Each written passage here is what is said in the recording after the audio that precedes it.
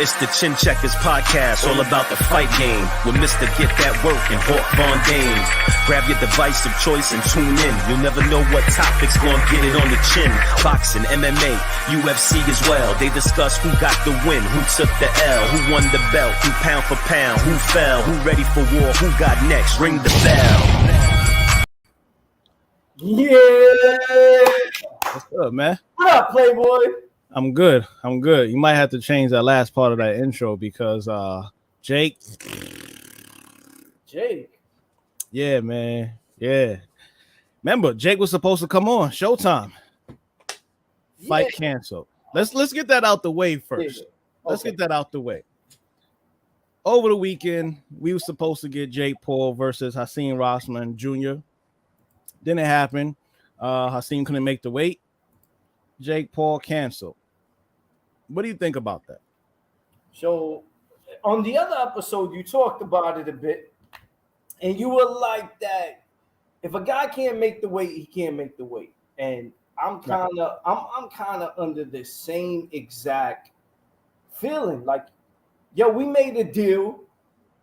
You got to show up. You got to be ready to go, man. It can't be none of this bullshit of, I need extra pounds and this and that. When they come to you, can you make this weight? You got to be realistic with yourself. You may never get the opportunity again, but then if you go out there and shit the bed because you're so fatigued because you can't make the weight, that's where you discuss it up front. You know, if there's a problem where you know you're 30 pounds overweight and it's not even realistic for you to make it, you got to know that in advance. So I don't really know which way, because there's always three sides to the story. So you don't know which one has more truth or validity to it. But you seem a little hot about it. So what's going on, man? Nah, that's how I felt. That's exactly how I felt. But then I feel like he took an L. Jake took an L because he called out KSI. After his fight, crumbled, he called out KSI. Not a boxer, a YouTuber. So now I'm looking at you like, come on, bro. Well, hold on. Not technically, though. The other guy he called out was Jake, Tommy Fury, the nephew. Before that, yeah. So that's a real fighter. Yeah, I would have been excited to see that. I think a lot of people would have paid to see that too. They already hyped the fight up, but that didn't come to fruition either. So, missing out on two boxers instead of going after another boxer, maybe trying to get somebody to throw in there real quick so the show can go on. He calls out a YouTuber. I don't know, man. I don't know. Come on, man. First of all, I don't know. He's a YouTuber. Yeah, not a YouTuber anymore. That is secondary. He's a boxer. He's a pro boxer now. I get it. But he is in the, first of all, I thought for him to have, what is it, three fights, 3 bouts, and then to take on someone with 10 bouts that's a son of a champion. I thought that was 4 or 5 bouts he had. A much bigger guy. And a guy, Hakeem for that heavyweight with, I think, 12 fights underneath or 13 fights underneath his belt, only 1 loss. Yeah. It was a big step risky right there, which when I started looking at it, I was like, man, that's trouble for this man. But I don't know why you so, I thought that was your guy. What's going on?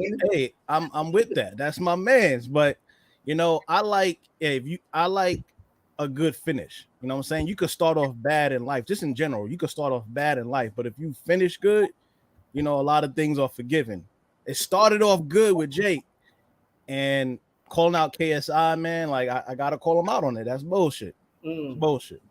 But in real boxing news, yes, let's head over to ESPN real quick. Kind of unusual fight between Conlan and Moraga.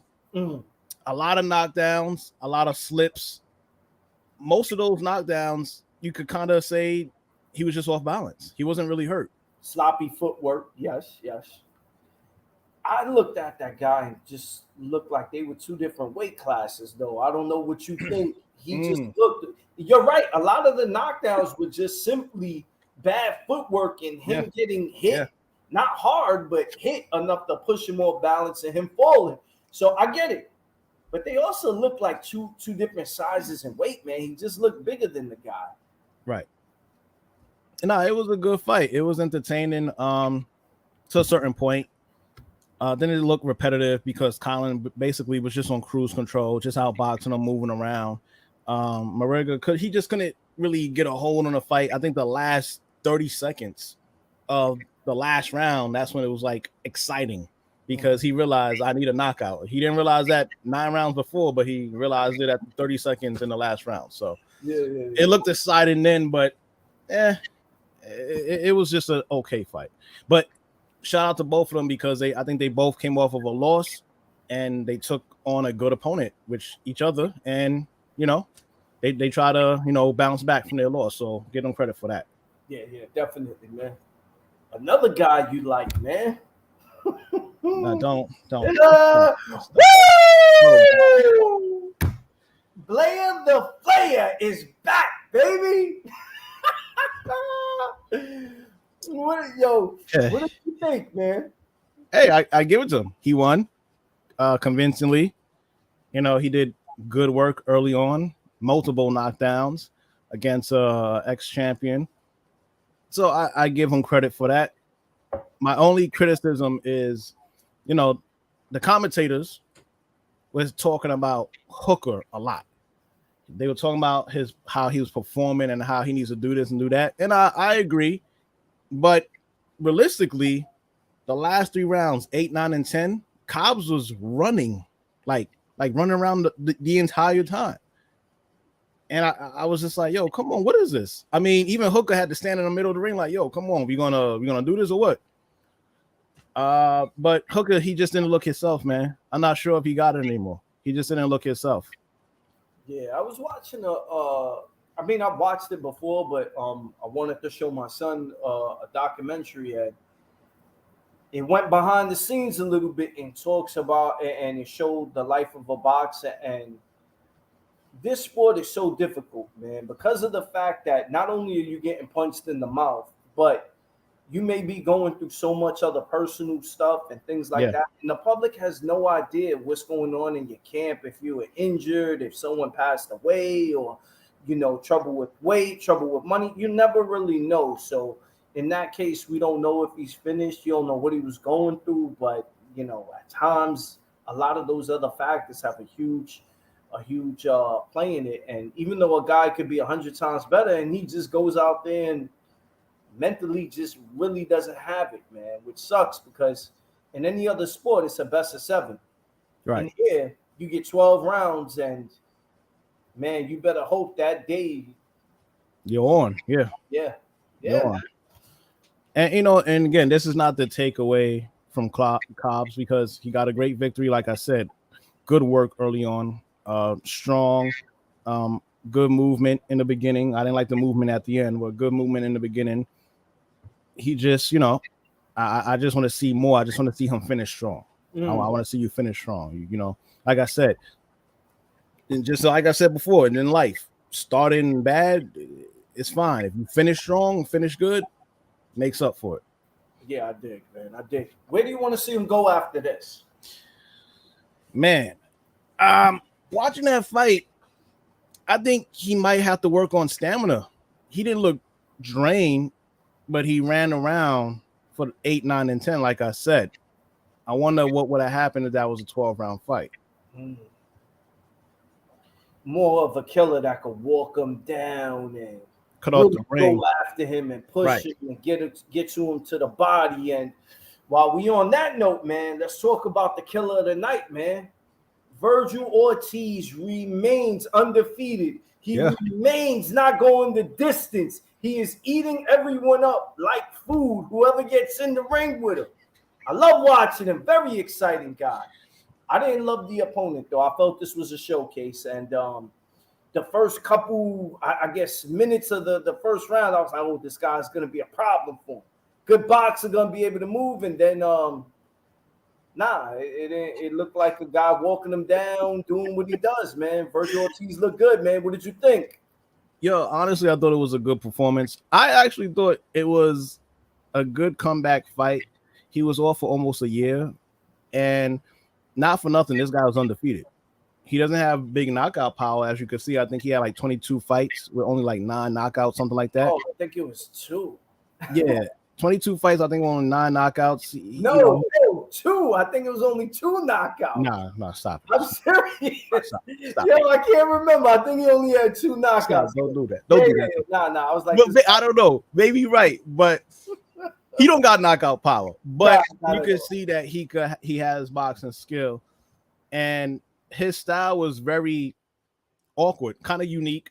You know, he would kind of engage in an awkward style, kind of like a crafty Sean Porter, but he just didn't have power. So he would go in there, kind of rough you up, and then by the end of his mauling you, he'll probably leave with a jab, something simple, not a hook, not an uppercut. Just it was simple but awkward. So you can see that he had good boxing skill. But Ortiz, man, he is really mature for his age because he kept his composure and he kept throwing punches and walked them down and just kept doing what he do. He kept doing what he do, man. Yeah, I like him. He's exciting to watch too. I just don't like when I'm not sure if this was the case. I didn't look the guy up or do any real research on him. I don't like when they build up a fight and you go, it's going to be a little bit of a test, and then they get in there and it's like But to his credit, man, when he fought Mean Machine, he did get hurt. He was pushed to the test and adjusted and did his thing. So I like Vergil. I like Vergil. Right now, I just want to see all those top guys. I'm not sure if there's ever been a time in boxing where there's this many guys, this many champions, this many prospects where everyone's excited. Let's get them all together, man. Let's get them all together. Just whether it be him and Conor Ben or, just someone, just too many fighters, man. It's just too many guys from 135. I could even go even lower, from 130 all the way up to about like 168. It's loaded in every division. Well, most of the divisions. Yeah. No, I totally agree with you because after that fight, they asked him about Terrence Crawford, and like I said, mature young man, and he was just like, well, Terrence right now is a little tied up, but if that doesn't pan out, then sure, I'll take it. And I thought that was a really mature, smart, intelligent response. But kind of like you said, man, and every once in a while boxing blesses the community with a good matchup when it comes to up and coming prospects. So something like Mayweather and Corrales, or Lubin and Charlo, Dubois and Joyce.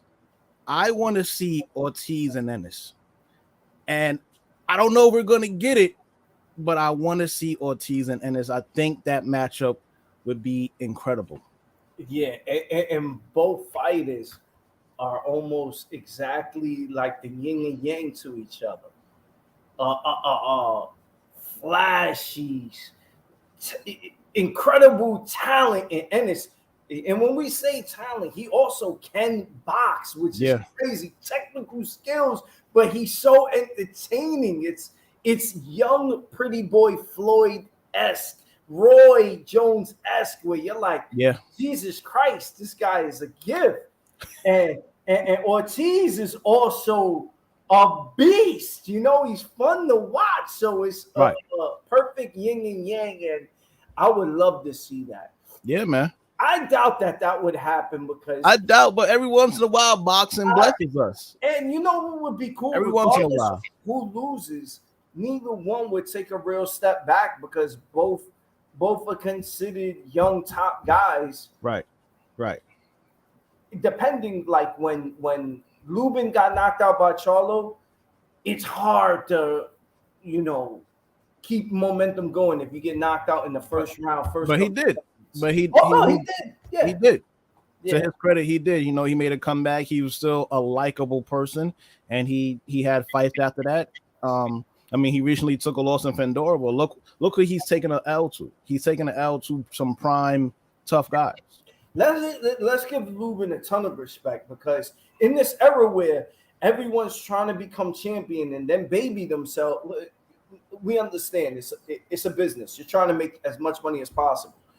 But too many people are getting the title, giving up the title, or doing whatever just to keep the O. Lubin is out there going, fuck it, I'm going to get in the ring. I'm going to take on the top guy. You get hurt, get dropped, you dust it off, you get up, and he went after an even tougher opponent. Not saying that Fedora is better than Charlo, but the guy is huge. Yeah. Huge. Even for that weight, Lubin's not a small guy. This guy is a giant. Yeah, And absolutely. It was nothing to gain from that other than two top prospects going in there and giving it their all, man. And that was a great fight, man. So far, I think that might be in my runnings for fight of the year, man. Yeah, absolutely. Lubin versus Fedor is definitely fight of the year, man. But man, if I can have it my way, like Burger King, baby, if I can have it my way, I'm telling you, it would be Ortiz against Ennis. It would be Santonis against Conor Ben. Let the winner fight each other. Whoever wins on either side, they fight each other. Whoever comes out number one takes on the winner of Earl and Terrence. I think that would be amazing. But no, boxing doesn't really do that, but that would be amazing. And sometimes we come out and we say a guy's scared and things like that. Let's be honest, man. When you're a fighter and you get punched in the face for money, chances are you're not scared. They know who not to fight or whatever, but mainly the people who are controlling this are the promoters and the managers. So really, while us fight fans are saying, you know, we want these guys to fight, it's really the managers that end up getting the leverage and going, nah, I don't want my fighter to take this loss. And it's really because of the business side of things. But that would be an incredible show, man. That would be a crazy tournament. Yeah, man. You know how much money would be made? That would That would be as big as remember, I think it was Showtime that did it back in the days. I think it was cruiserweights or light heavyweights where Andre Ward came out the champion of it. But it was a bunch of top guys and they all came together. The whole tournament was fire. Super Six. Oh man, that was dope. That was dope, man. Yeah. We need another one of those, man. Hopefully we can get it. You know what I mean? But yeah, man, what else we got? Let's bring it over to some of the upcoming fights. Your boy Lopez, he's taking on somebody that's pretty unheard of, but it's a bounce back fight. Tampa next weekend. What do you think about that? So I don't mind anyone ever taking a couple tune-up fights when they move up in weight. I understand that as a fighter, usually most guys cut weight about 10, 15, 20 pounds from their walking around weight. I get it. But when you're moving up to another division, you're now fighting bigger guys, stronger guys, faster guys, most of the time. So it takes a while for your body to get used to that abuse, even if you're sparring with other people. Now you just want to get your body comfortable and adjusted. So I don't mind him taking a little easy route. I don't know if he did or not. I actually didn't do any research on it. I think he needs to leave his dad. Oh. You don't leave your dad totally. You keep your dad in your corner because your father's gonna have your best interest like no other. Me being a father, and I also just recently started training my son. He's starting to take an interest in the sport. You don't want to leave your son. Man, he needs another trainer. That last performance with him in the corner and his dad really giving him no adjustments or nothing like that, man, he needs another guy in his corner. That's the first change that needs to happen. But what are your thoughts on this? Man, well, I think it's okay. I wish it was more of a known fighter. You know, I understand that he's coming back from a loss. It wasn't a knockout loss. It was a good fight. You know, he kind of came in there a little overconfident and got hurt. He got dropped in the beginning. He dropped him later on in the fight. But it was a good fight. But you could see he lost clearly. To me, I could see it, and other people can. I just wish it was a better named opponent. Just so it looks a little better. You're fighting somebody who realistically nobody really knows. And I think if you're trying to prove a point or make a statement, I think you do that with somebody who's a little more well known. Now, and also, if he goes in there and blows this guy out, awesome. To his credit. Pause. What up?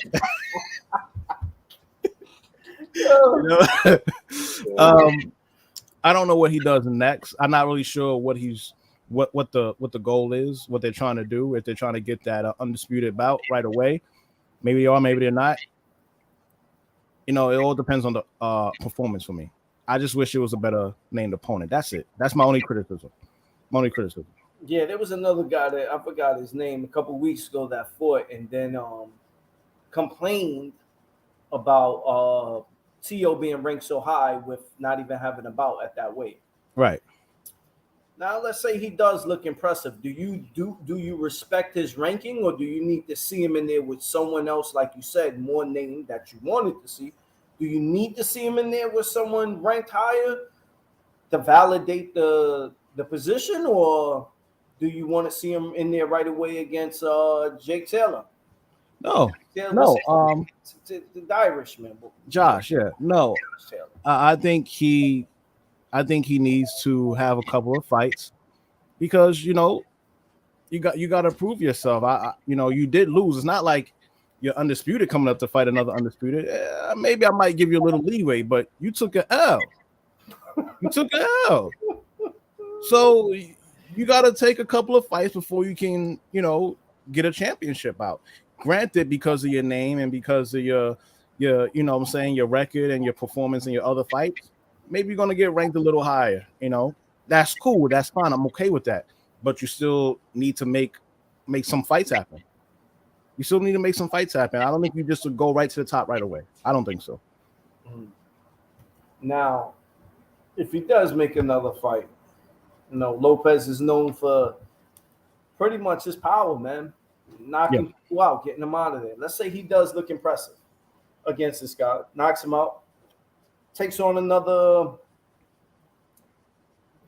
top guy, but a more known guy, knocks him out. How do you have him looking against Josh Taylor? I already said he beats the shit out of Josh, man. Beats the bricks off of Josh, man. Please he beats him. I already think he beats him now. But I don't think he deserves to fight him now, but I think he beats him. Man. I just don't see anything special with Josh. Yeah. Oh, man. That's so funny, man. Yo, I think that's pretty much it, Playboy. Anything else? Yeah, man. That's it, man. Yeah, man. That's it. Keep following us, share our stuff. Please, what I'm saying? We appreciate it. Follow us on all social media platforms. And yeah, we out here. Yeah. Oh, yeah. I forgot because we was talking about people canceling fights and stuff like that, right? Sure. So I want to give a shout out to Jacob Spence. I just started training started training my son, I want to say like 3 weeks ago, a month ago or something like that. So I took him to the PAL and I started working with other kids there and threw my son in the ring and, he played around with someone his size. It went pretty quick. So then I asked Jacob Spence, who was waiting to spar, play around with my son. He's a much big boy. He fights anywhere from 140 to 160. Real good fighter. And he, thank you. Shout out to him, man. Thank you. His name is Jacob J. Spence on Instagram. He let my son play around with him. When I started off, a fighter way better than me let me go a couple rounds with him. A guy by the name of Frankie Figueroa. He was ranked top 10 in the world. Never got to make it past that hump. Also, a champion, Ben Tacky, let me play around with him. So in your beginning times of coming up, man, it's essential for you to get in the ring, but also confidence builder where you feel what it's like to be in there with a bigger, more skillful guy. They don't hit you for real, but they teach you a little something. So thank you to Jacob Spence, man. He was actually supposed to fight Saturday, but I didn't know that this happens on the amateur level. Which is people pull out of fights. Why? Yeah, I didn't know that. So they end up looking the kid up. They get his name, like, oh, you're gonna fight this dude. They look him up and go, oh no, I don't want no parts of it. I didn't know that mattered on an amateur level. Like, what is going on here? Where kids are pulling out of fights. You do not get paid for amateur bouts. That's the point of amateur. You don't get paid for this. The loss does not matter. Yeah, and they probably don't get criticized as much. Like, hey man, I gotta do some dishes, and because hey, they get to say whatever the fuck they want to say. That shit is wild, man. But hey, I guess they don't get criticized that much. You know what I'm saying? Well, that's not what we're gonna do here. We criticizing people. I don't know who he was, or I'd have bashed him. What are you pulling out for, man? Hey, he heard the name Spence, was just like, nah, I'm good. Yeah, he ain't want the smoke, man. But again, shout out to Jacob Spence, man, cool kid. Yeah. And just wanted to give him some love. But that was funny, man. I started training, and immediately everyone goes, make sure to tell your son keep his hands up. Okay. What? Duh, what the fuck? No, I actually forgot that. Thank you. That's I forgot that. Wow, I didn't know that. Is that part of boxing? Everyone's an expert, man. I think people get it twisted. Like when you could learn everything. So you could be watching basketball forever, but it's a difference with having the ball in your hand and doing tricks, right? Right. Same thing with football. Protect the ball once you get it. Same thing with boxing. Yeah, keep your hands up, but that's the difference between a casual fan and someone that really knows the sport, man. You could look at the way someone moves, the way someone walks, and you could go, oh, he's a fighter, or like a dancer or something like that. Just their posture and the way they carry themselves. Right, absolutely. So, man, it's a long road, but I'm enjoying this, man. I wanted to coach years ago. I didn't mean to make this so long, but I wanted to coach years ago, but with our job, our schedules are so crazy. Yeah. Well, I never even, thought about it. So it's cool now that my son's getting into it to do it, man. I'm actually enjoying it and working with other kids. I'm having fun, man. Yeah, man. I mean, it's a great feeling, you know what I'm saying? So, you're giving something back to the community. You're helping out the youth. That's amazing. Yeah, definitely. Not a lot of people can say that. Yeah, man. But I didn't mean to hold up the show with my bullshit, but not at all, man. Let's get out of here, man. Make sure to subscribe on YouTube. Link in the bio, man. Yeah. Mr. Get That Work, Colt Von Dane. Follow us, man. Stop playing. Later, man. Later, babe.